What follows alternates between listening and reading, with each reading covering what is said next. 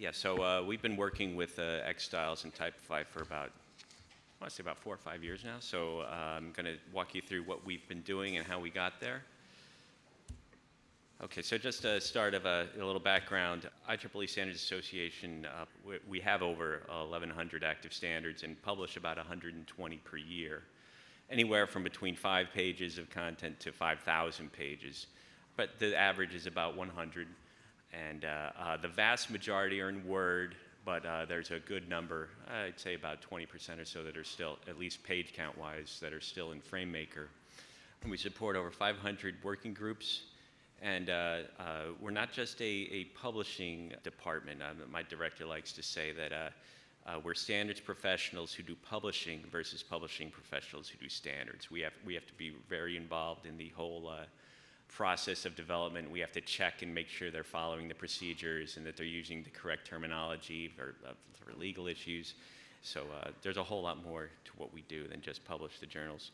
We're not part of the larger IEEE publishing group.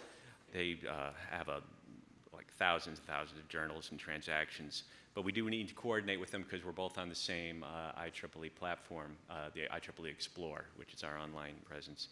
And though we're a very small part of the IEEE published content, a lot of our stuff is pretty important.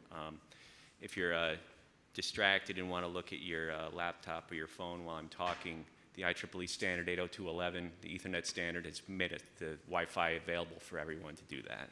So you can thank the IEEE for that. Okay, so around, I want to say around 2011, 2012 or so, the IEEE made a mandate that we needed to start providing XML simultaneously with our PDF content.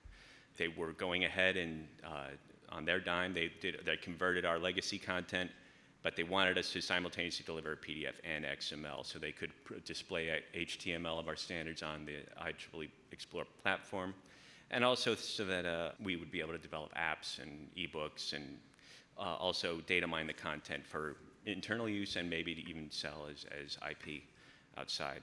It's yet to happen, but it could. And while we were at it, we were hoping to reduce inefficiencies in our process, be able to publish our standards quicker, and to streamline our production and publishing process.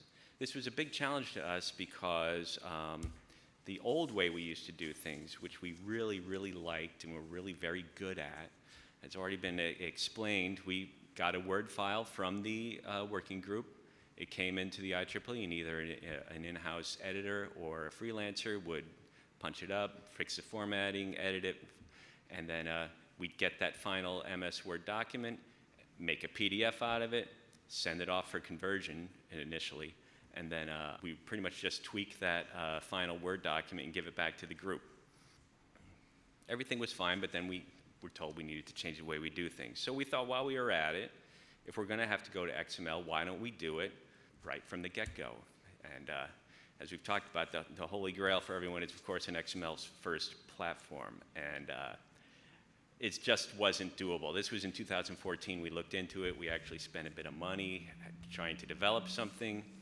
But the more we dipped into it, the more the consultants said, wait, you do that? Wait, oh, now you're doing that? It just became more and more expensive. The platform was very rigid, way too rigid for our users. You know, there's a saying we say in-house, you know, there's no standards in standards. You think that everyone's going to do things the same way and that they'll follow our rules, but everyone's got their own thing that they want to do, and it doesn't always fit, and you have to make allowances for that.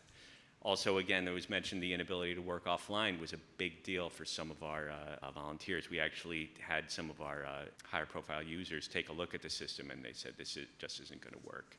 And also returning a draft to them out of it was seeming to be impractical, and it was getting too expensive. We just kind of bagged the whole thing.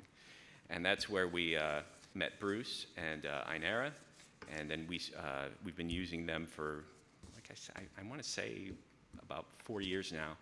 And so we have a new way that we're doing things. So we still, it's invisible to the groups, which is nice. They still work in Word.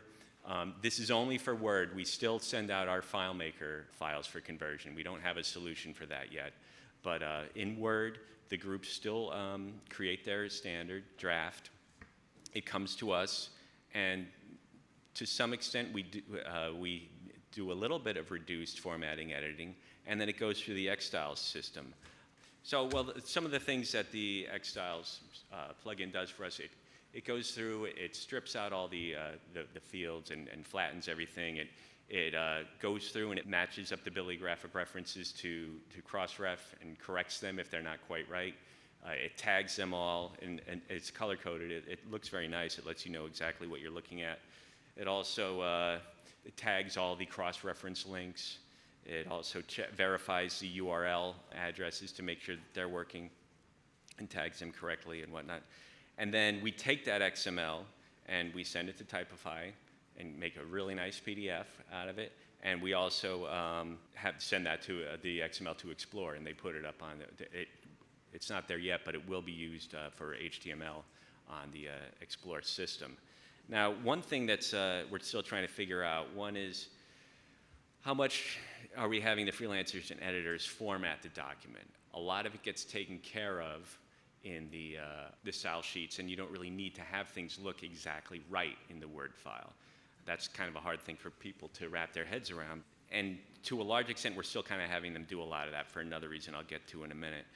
Also, there's other editing things, like the eXtyles will go through and it will it'll find when you're not abbreviating a unit of measurement the right way. Like if you have centimeters spelled out, it will change it to cm consistently throughout the document, that kind of thing. And that's something an editor typically does, but you don't really need that with the new processing.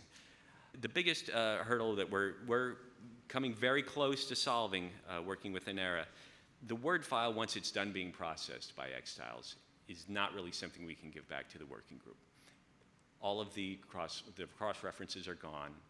Everything's been flattened. You can't really go back and link to them using the old Word methods for inserting cross-references. So for now, we've kind of been working in parallel. We keep our Word document pretty clean so that we can then send that back to the group. And we have to apply changes if they come up in between the processing of eXtyles. But again, we've been working very close with Robin and Bruce, and we're very close to a solution, and I feel pretty good about getting there. So we expected a lot of challenges in going to this system. Number one, that people hate change. Like I said, we were a pretty well-oiled machine. We knew what we were doing. We liked it. We didn't want to hear we were going to have to do something different. We were a little leery about the turnaround document, which was borne out to be a little bit challenging. The skills gap, of course, you have to train everybody on how to use the new system. We were going to start having to pull out, treat our figures differently. You know, it used to be, it's there embedded in the Word file, make a PDF. 9 times out of 10, it's fine as far as we were concerned. There was also issues we had to deal with coordinating with the larger IEEE, particularly loading our documents into Explore. Now, the unexpected challenges, people really, really don't like change. I mean, the resistance to some of this is still, to an extent, exists. It's a whole different way of thinking of things. People are very used to seeing it look how it's supposed to look in Word, and it's very hard to get people to accept that, yes, this indent is off. It doesn't matter. We're not publishing this Word file. We're sending it through a style sheet in InDesign, and it's going to look fine in the PDF. Or you don't have to have a continued table header when your table goes to the next page. That's going to be taken care of. And you have to break people's habits of thinking of the final document as the Word document. There's also issues with software, the Microsoft instability. I mean, any of you using eXtyles are aware of Microsoft updates suddenly making things not work, and everyone has to scramble to figure out how we're going to either go back to the last update or get a patch from Microsoft. So that's been challenging, something we weren't quite ready for. And again, we're getting a lot more involved in the figures. We never used to really be too concerned, but for the Typefi PDF, we need to get EPS files or TIFFs, and also for Explore, I think that's more of an Explore requirement, but we never used to have to be concerned about separate file figures. And it's also, for now, our time to publish has actually increased a little bit because people are still learning what they're doing and how to do it, and how we're going to take care of some of these things. With time, I see that changing, but right now, we're still up a couple weeks from where we used to be as far as our average time to publish. And also, the working groups, believe it or not, as nice as the PDFs look, they don't like to see something different than what they turned into us. Why isn't this figure where I put it? Why is this table breaking? I don't want it to break. It's like, why are you worrying about it? So, I mean, especially in the HTML, when things are on a HTML page, you don't care about these things. But so it's a learning curve for everyone involved. Overall, though, I think the benefits definitely outweigh the challenges. We're up to 80% of our standards documents are now in the new workflow, and for our Word documents, that's 90 to 95%. So we're saving a whole lot on the outside vendor conversion. The PDFs look great. Images float better. There's less white space. The table breaks are nice. We get a highlighted internal links, which is something we didn't have in Word. The figures look better because we're paying more attention to them and having them taken care of better.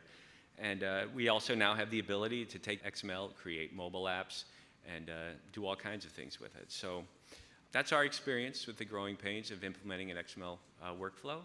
I'm happy to answer any questions. I'm here tomorrow, too, if anyone wants to see some examples that I couldn't really show you, but that's all I've got, so thank you.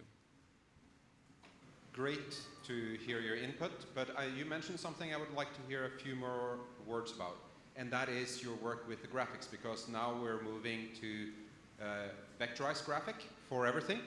And have you provided additional staff to do work internally?